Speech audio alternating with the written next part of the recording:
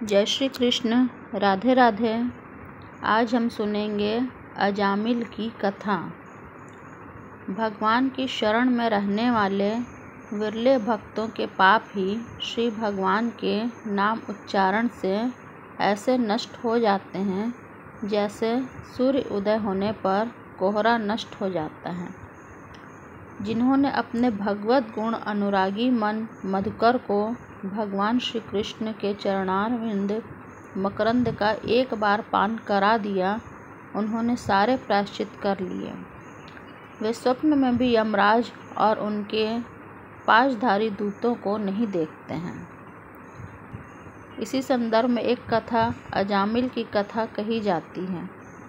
अजामिल बड़ा ही शास्त्रज्ञ, शीलवान, सदाचारी व सद्गुणों का खजाना था। ब्रह्मचारी, विनयी, जितेंद्रीय, सत्यनिष्ठ, मंत्रवेत्ता और पवित्र भी था। इसने गुरु, अग्नि, अतिथि और वृद्ध पुरुषों की सेवा की थी। अहंकार तो इसमें था ही नहीं। यह समस्त प्राणियों का हित चाहता था, उपकार करता था और आवश्यकता के अनुसार ही बोलता और किसी के गुणों में दोष नहीं ढूंढता था। एक दिन वन से फल फूल, समिधा व कुश लाते समय अजामिल ने एक कामी व निर्लज्ज भ्रष्ट शूद्र को शराब पीकर एक वेश्या के साथ विहार करते हुए देखा। वेश्या भी शराब पीकर अर्धनग्न अवस्था में मतवाली हो रही थी। अजामिल उन्हें इस अवस्था में देखकर सहसा मोहित व काम के वश हो गया।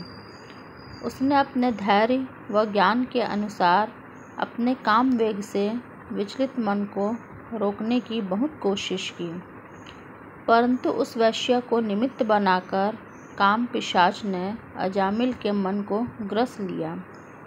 वह मन ही मन उस वैश्य का चिंतन करने लगा और अपने धर्म से विमुख हो गया। उस कुलटा को प्रसन्न करने के लिए अजामिल ने अपने पिता की सारी संपत्ति भी दे दिया और अपने कुलीन नवविवाहिता पत्नी तक का त्याग कर दिया। धन पाने की चेष्टा में वह पतित कभी बटोहियों को बांधकर उन्हें लूट लेता, कभी लोगों को जुए के छल से हरा देता, किसी का धन धोखाधड़ी से ले लेता तो किसी का चुरा लेता। इसी प्रकार उसकी आयु का एक बहुत बड़ा भाग 88 वर्ष बीत गए और वह वेश्या के 10 पुत्रों का लालन पालन करता रहा। अजामिल के सबसे छोटे पुत्र का नाम था नारायण। वृद्ध अजामिल के पुत्र मोह में अपना संपूर्ण हृदय अपने बच्चे नारायण को सौंप दिया था।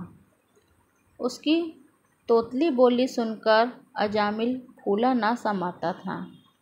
उसे अपने साथ ही खिलाता पिलाता व उसी के मोहपाश में बंधा रहता था। वह मुड़ इस बात को जान ही ना पाया था कि काल उसके सर पर आ पहुंचा है। अजामिल के मृत्यु का समय निकट आ पहुंचा। उसने देखा कि उसे ले जाने के लिए अत्यंत भयावने 3 यमदूत आए हैं, जिनके हाथों में फांसी की रस्सी है, मुंह टेढ़े मेढ़े हैं और शरीर के रोएं खड़े हुए हैं। उस समय बालक नारायण वहाँ से कुछ दूरी पर खेल रहा था। यमदूतों की भयावह छवि से व्याकुल अजामिल ने बहुत ऊंचे स्वर से पुकारा, नारायण नारायण।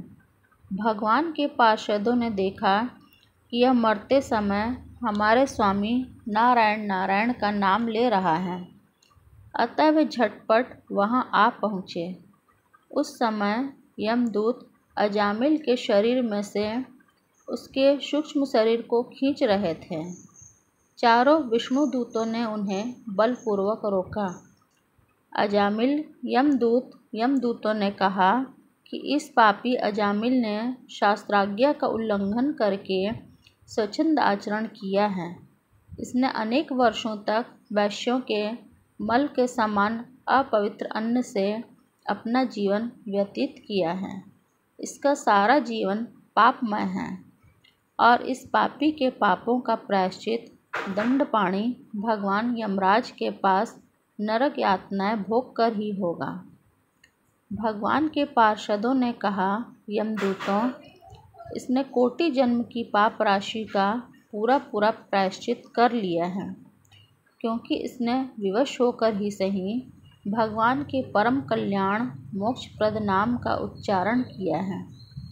जिस समय इसने नारायण इन 4 शब्दों का उच्चारण किया, उसी समय इस पापी के समस्त पापों का प्रायश्चित हो गया। भगवान नाम उच्चारण बड़े से बड़े पाप को काटने की सामर्थ्य रखता है, क्योंकि भगवान के नाम के उच्चारण से मनुष्य की बुद्धि भगवान के गुण, लीला और स्वरूप में रम जाती है और स्वयं भगवान की भी उसके प्रति आत्मीय बुद्धि हो जाती है। परिहास में, तान अलापने में अथवा किसी की अवहेलना करने में भी यदि कोई नाम उच्चारण करे तो उसके सारे पाप नष्ट हो जाते हैं। जो मनुष्य गिरते समय, पैर फिसलते समय, अंग भंग होते समय, सांप के डसते समय, आग में जलते समय व चोट लगते समय भी विवशता से हरि हरि कहकर भगवान के नाम का उच्चारण कर लेता है, वह यम यातना का पात्र नहीं रह जाता। यमदूतों, जैसे जाने या अनजाने में इंजन से अग्नि का स्पर्श हो जाए तो वह भस्म हो जाता है, वैसे ही जानबूझकर या अनजाने में भगवान के नामों का संकीर्तन करने से मनुष्य के सारे पाप भस्म हो जाते हैं। जैसे कोई परम शक्तिशाली अमृत को उसका गुण न जानकर अनजाने में पी ले तो भी अमृत उसे अमर बना ही देता है, वैसे ही अनजाने में उच्चारण करने पर भी भगवान का नाम अपना फल देकर ही रहता है। अजामिल ने श्री भगवान का नाम नारायण का उच्चारण किया है, अतः यमदूतों, तुम अजामिल को मत ले जाओ।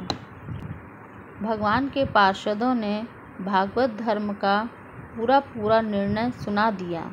वह अजामिल को यमदूतों के पास से बचाकर मृत्यु के मुख से छुड़ा लिया। अजामिल ने यमदूतों व विष्णुदूतों के सारे संवाद को सुना व देखा।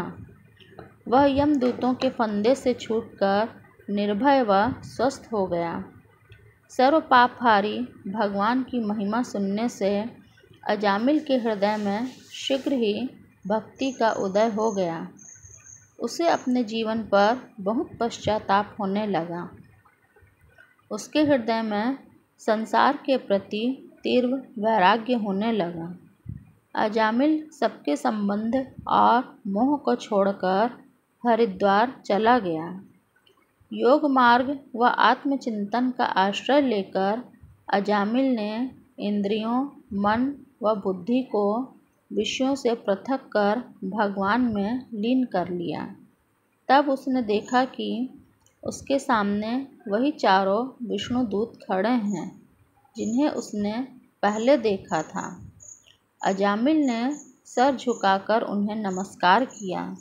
उनका दर्शन पाने के बाद अजामिल ने उस तीर्थ हरिद्वार में गंगा के तट पर अपना शरीर त्याग दिया और तत्काल भगवान के पार्षदों के साथ स्वर्णमय विमान पर आरूढ़ होकर आकाश मार्ग से भगवान लक्ष्मीपति के निवास स्थान बैकुंठ को चला गया। इस कहानी से हमें यही शिक्षा मिलती है कि भगवान के नाम में इतने पापों को काटने की शक्ति है जितने पाप मनुष्य कर भी नहीं सकता है। जो मनुष्य मोहग्रस्त होकर घर गृहस्थी का ही बोझ ढोते रहते हैं, वह भगवान नाम के दिव्य रस से विमुख हैं।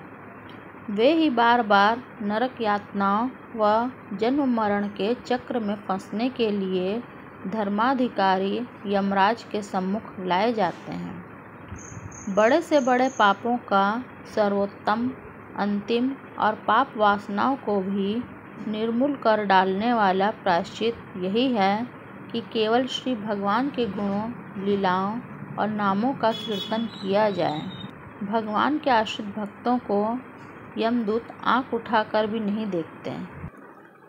कलयुग केवल नाम आधारा, सिमर सिमर नर उतरहि पारा। जय श्री कृष्ण, राधे राधे। आपको मेरा चैनल अच्छा लगे तो इसे लाइक करिए, सब्सक्राइब करिए और शेयर करिए।